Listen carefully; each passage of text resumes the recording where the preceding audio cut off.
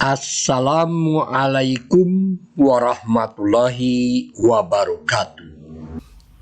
Buku yang saya karang ini adalah Membangun Desa Entrepreneur Revolution, yang isinya adalah bagaimana cara untuk meningkatkan pendapatan dengan cepat.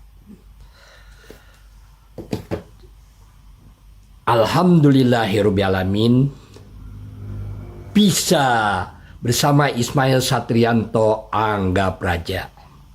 Semoga buku ini atau penjelasan ini bermanfaat. Simak video ini hingga tamat. Mampukah Anies Baswedan mengubah cara berpikir rakyat miskin menjadi lebih sejahtera? Sehingga apa yang dicita-citakannya, yaitu mengenai ketimpangan antara orang-orang miskin dengan orang-orang kaya yang begitu jauh perbedaannya. Tentu saja ini harus dikaji dengan konsep yang benar, yaitu mengenai cara berpikir. Saya termasuk yang meragukan bisa ada perubahan, di mana apakah Anies Baswedan sebagai seorang guru, sebagai seorang dosen, sebagai seorang pengajar, mampu mengubah rakyat Indonesia, yang dimana rakyat Indonesia hari ini telah begitu rusaknya, ya, dimana mereka itu adalah rata-rata pragmatis dan mereka itu adalah mengejar uang, bukan bagaimana mengejar kerja yang baik dan benar, atau belajar yang tekun dan ulet, tetapi dia senang tangan di bawah daripada tangan di atas.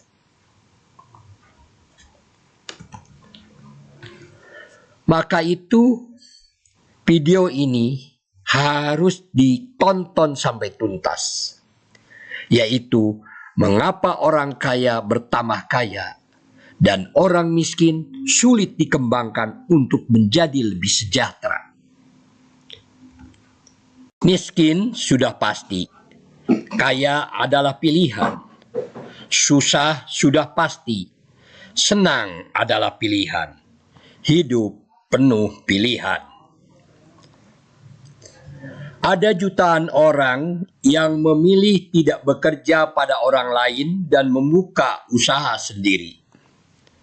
Namun mereka belum layak disebut pengusaha kalau sekedar membuka warung, bekerja seadanya untuk hidup. Mereka hanyalah pedagang biasa. Ciri-ciri mereka adalah stagnan, tak ada perubahan dari waktu ke waktu, dan usahanya dikerjakan tanpa rencana kemajuan sama sekali. Seorang pengusaha adalah seorang yang moving forward, maju terus ke depan. Usahanya tumbuh dari waktu ke waktu. Dari satu kedai menjadi 5, 10, 100, lalu 1000. Dari warung kecil menjadi usaha besar.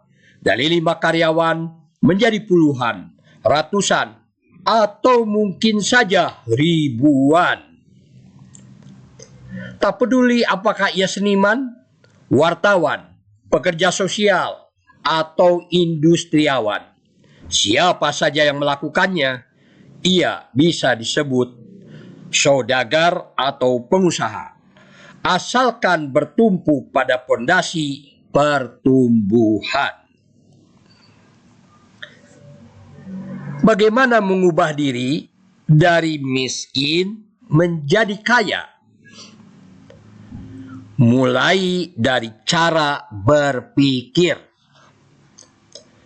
Karena untuk bisa menjadi kaya adalah orang harus memahami cara berpikir orang kaya, dan cara berpikir orang miskin.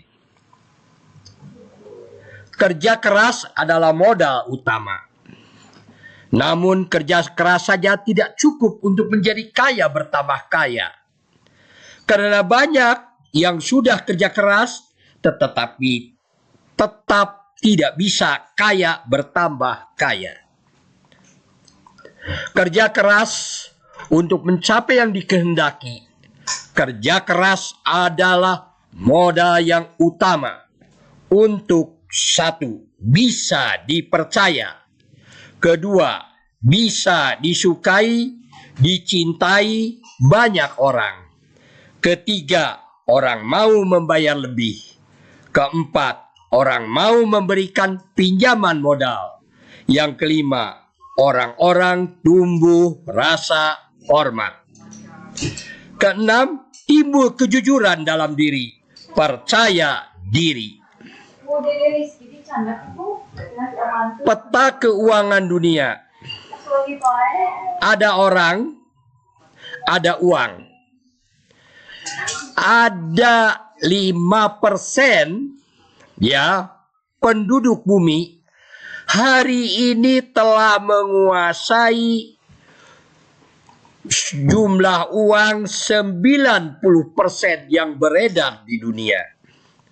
Sisanya adalah ada 95% orang memperebutkan uang yang tersisa, yang tinggal 10%. Marshall Sheffer dalam bukunya Vision, Profit and the Power mengatakan, jika uang dibagi rata kepada seluruh penduduk bumi, maka ada 2,4 miliar per jiwa.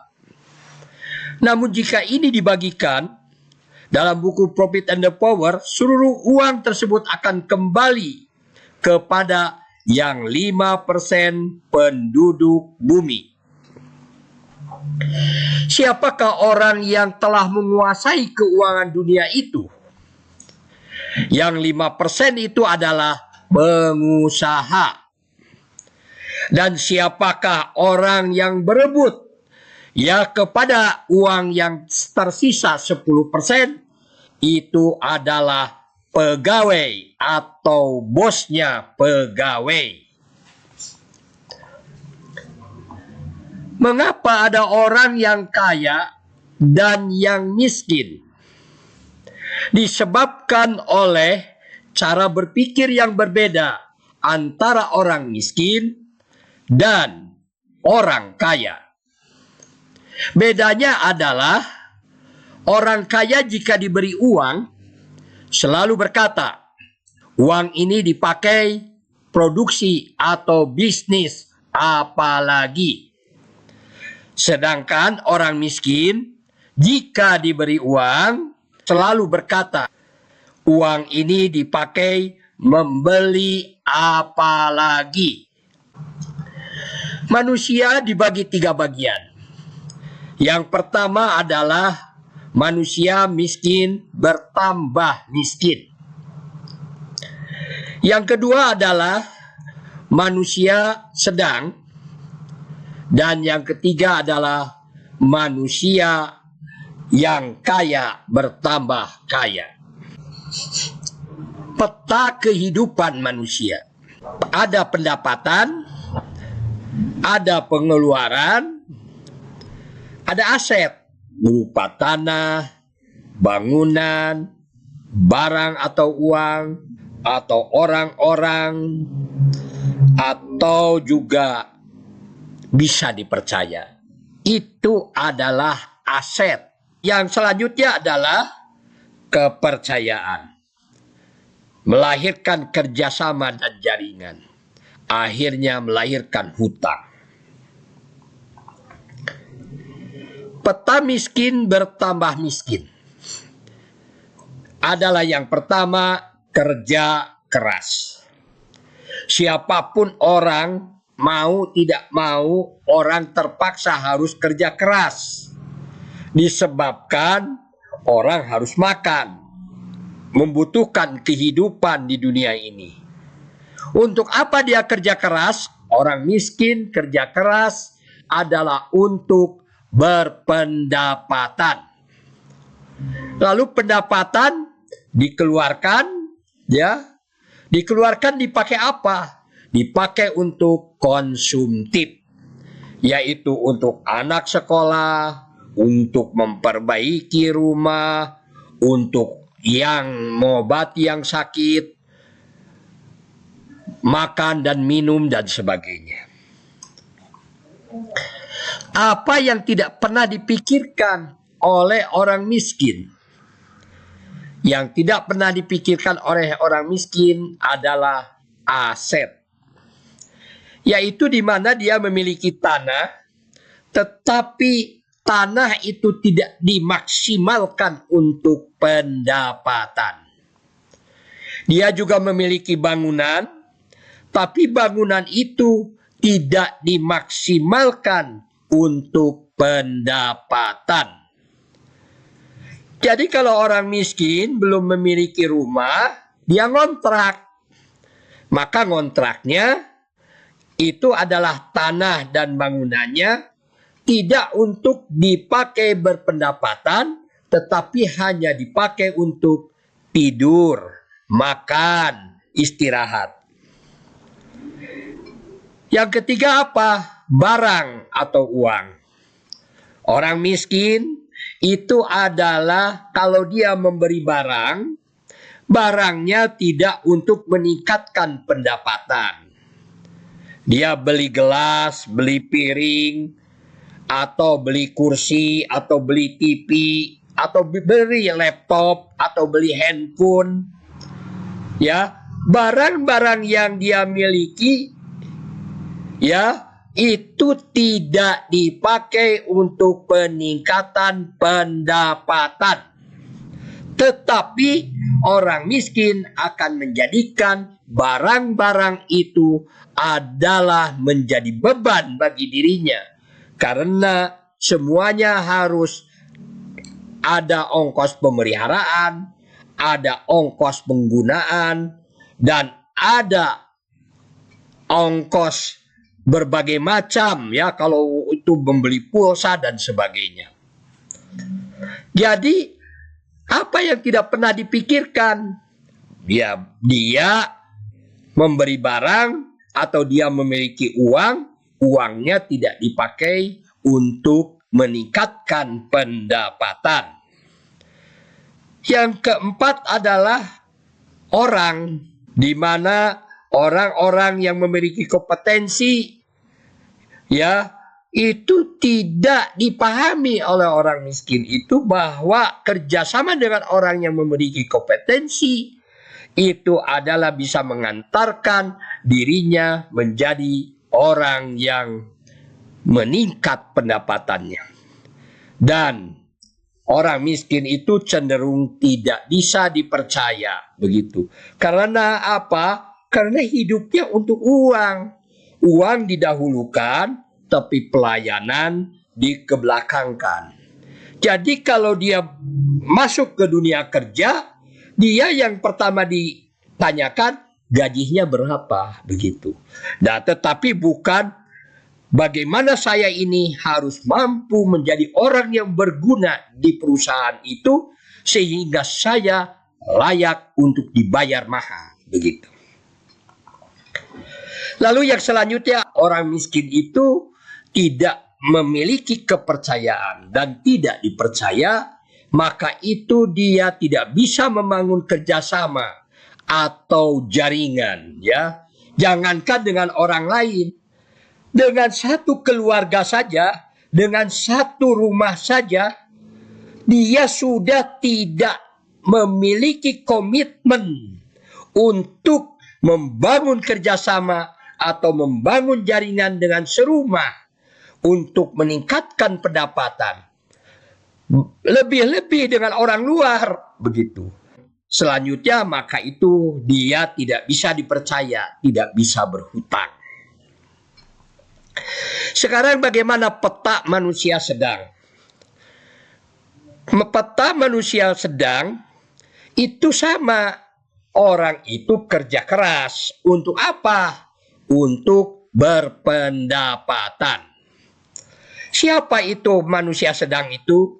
Ada yang doktorandes, ada yang doktor, begitu ya. Ada yang jadi direktur, begitu. Semua tetapi sama. Mereka adalah kaum employed, kaum pekerja, begitu. Yang dimana mereka digaji dengan pendapatan yang tetap. Semakin tinggi kerja kerasnya, semakin tinggi jabatannya, maka pendapatannya semakin tinggi. Tetapi jika dia sudah tidak bisa kerja keras, maka pendapatannya menurun, bisa jadi pendapatannya hilang, begitu. Maka itu peta manusia sedang ini adalah dia kerja keras untuk apa? Untuk berpendapatan. Lalu pendapatan itu dikeluarkan untuk apa? Untuk konsumtif, ya, begitu. Tetapi karena dia manusia sedang, dia adalah seorang sarjana. Masa seorang sarjana rumahnya lebih buruk daripada orang yang bukan sarjana, begitu. Maka biasanya istrinya mengatakan, masa kita ini orang intelektual, sarjana, lulusan perguruan tinggi, tetapi kita tidak bisa lebih baik daripada tetangga kita yang mereka pendidikannya SMA, SMP, tapi mereka sudah bisa membuat rumah, begitu. Sudah kelihatannya mereka layak untuk hidup layak, begitu.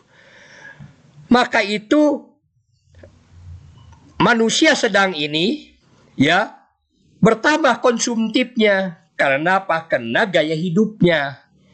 Sedangkan warannya bertambah tapi pendapatannya tetap sama. Maka dia kerja keras ya untuk apa? Untuk berusaha membangun kepercayaan yang lebih tinggi. Supaya dia mampu kerjasama, begitu, mampu membuat jaringan, dan dia juga bisa berhutang. Tetapi tak kala dia mampu melakukan kerjasama atau jaringan, dia mampu berhutang, hutangnya dipakai atau kerjasamanya dipakai pendapatan.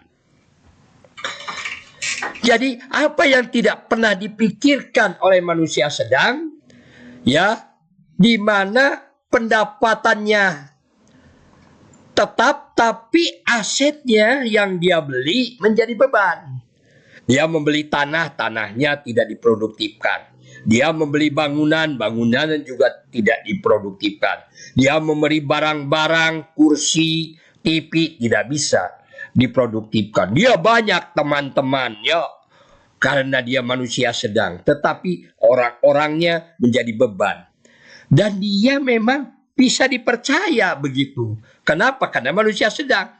Tetapi sebenarnya ini lebih susah daripada orang miskin. Kenapa lebih susah daripada orang miskin?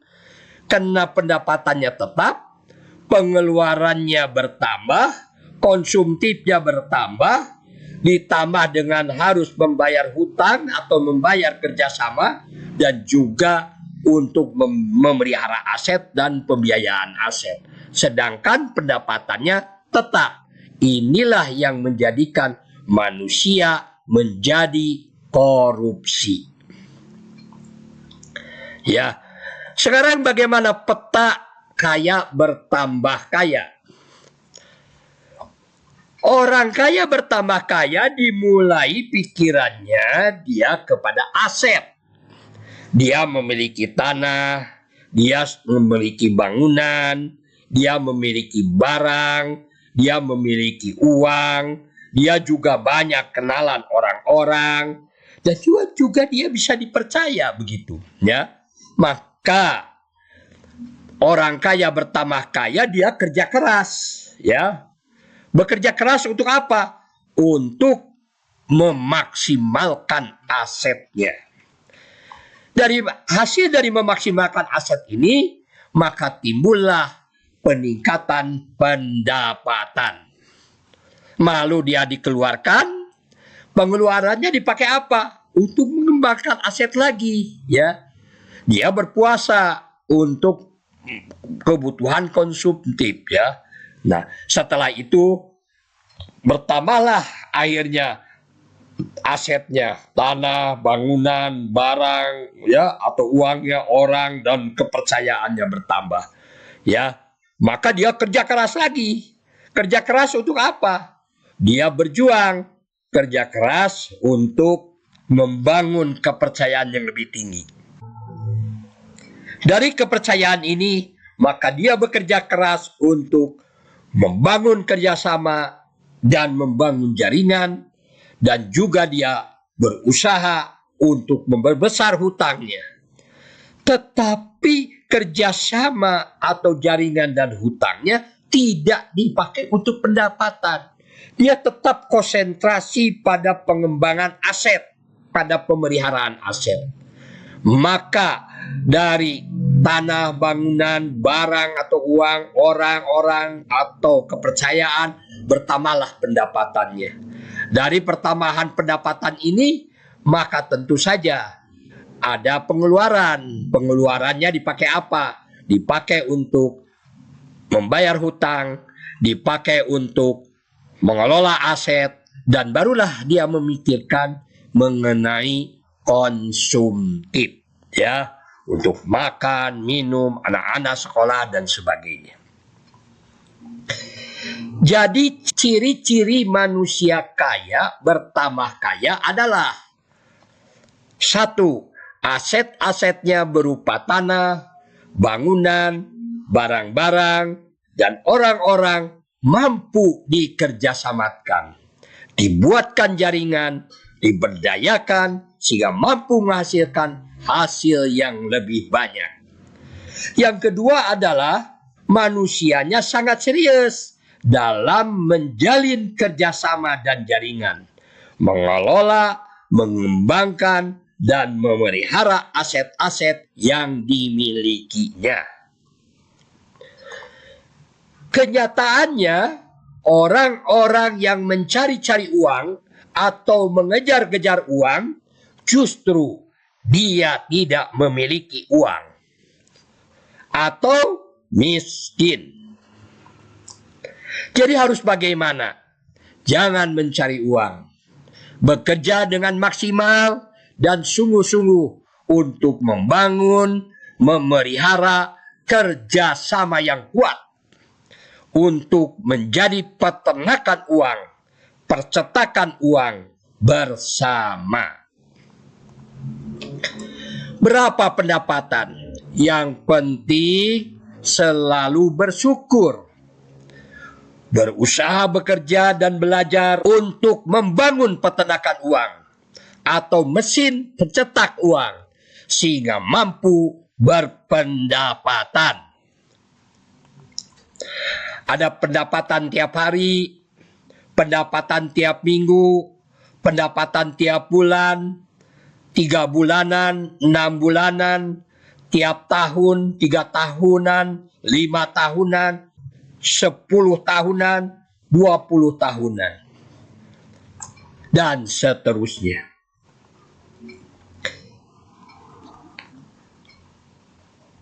Mari kita lanjutkan. Bisnis itu harus legal, terdaftar minimal di kelurahan atau desa. Setelah itu didaftarkan di pemerintahan daerah. Untuk apa tujuan bisnis? Tujuan bisnis itu adalah untuk membangun kerjasama yang kuat, untuk memperbanyak dan mengembangkan aset. Bagaimana caranya membangun kerjasama yang kuat untuk memperbanyak dan mengembangkan aset?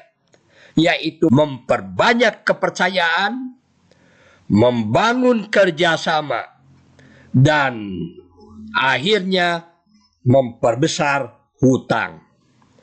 Untuk apa semuanya itu? Untuk membangun kerjasama yang kuat, untuk memperbanyak dan mengembangkan aset. Mari kita lihat ya, ada 3 di sini. Bisnis itu harus legal, tujuannya adalah untuk mengembangkan aset dan kerjasama dan memperbanyak kepercayaan sehingga terbangun kerjasama dan hutang. Saya membeli tanah, harganya 275 juta. Lalu dibangunlah Raja Sate ya di Jalan Oto Iskandar Dinata di Desa Pasawahan. 2,5 tahun keuntungannya hanya 75 juta. Tentu saja kalau dibandingkan dengan tanah yang dibeli dengan modal untuk membangun Raja Sate, tentu saja dengan 2,5 tahun 75 juta ini belum break even point. Tetapi 2,5 tahun itu tanah saya sudah harganya 400 juta penambahan nilainya ini. Dan 4 tahun tanah saya sudah 950 juta. Dan 6 tahun tanah saya 1,6 miliar. Dan sekarang tanah saya lebih dari 2,6 miliar. Harganya itu. Jadi kalau kita ini bisnis, kalau kita mengandalkan dari jual beli saja, yaitu kita mengambil untung dari hasil jual beli, ya, itu tentu saja kita akan sulit berkembang karena ada inflasi, ya. Contohnya adalah pada waktu saya membeli tanah itu, harga tanah itu, contohnya pada waktu saya membeli tanah dan bangunan itu, yang harga tanahnya 275 juta, harga beras itu harganya adalah 2.300 rupiah. Ini berlangsung sudah 13 tahun.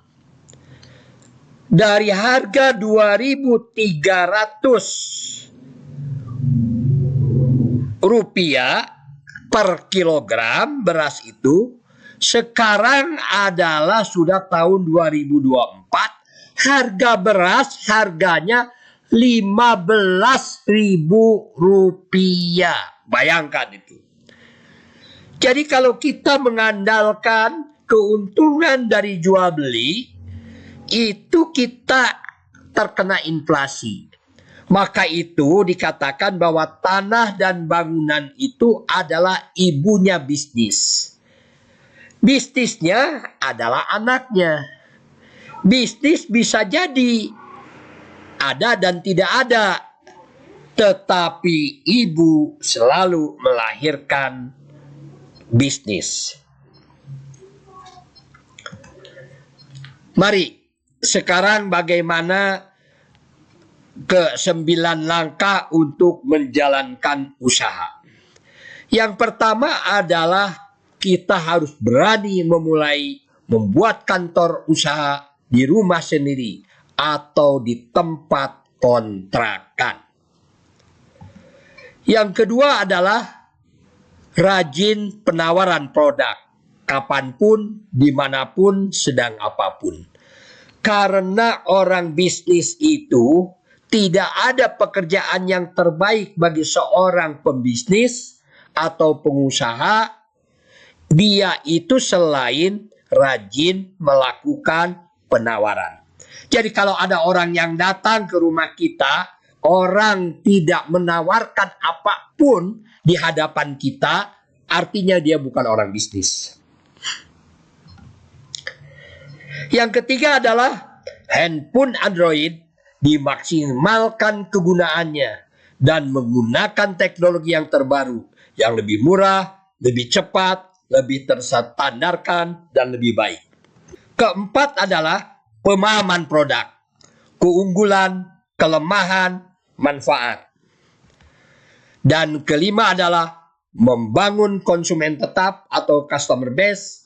Keenam adalah membangun supplier tetap atau supplier base. Yang ketujuh adalah penguasaan jalur distribusi. Kita harus tahu mulai dari mana barang itu diciptakan sampai bagaimana barang itu bisa sampai ke konsumen. Yang kedelapan adalah harus memelihara kepercayaan. Dan yang kesembilan, harus memahami pembukuan keuangan dan aset. Dan kesepuluh, baru kita membangun tempat usaha yang memadai berupa toko atau pabrik. Buku yang saya karang ini adalah Membangun Desa Entrepreneur Revolution, yang isinya adalah bagaimana cara untuk meningkatkan pendapatan dengan cepat. Alhamdulillahirrabbilalamin, bisa bersama Ismail Satrianto Angga Praja. Semoga buku ini atau penjelasan ini bermanfaat. Wassalamualaikum warahmatullahi wabarakatuh.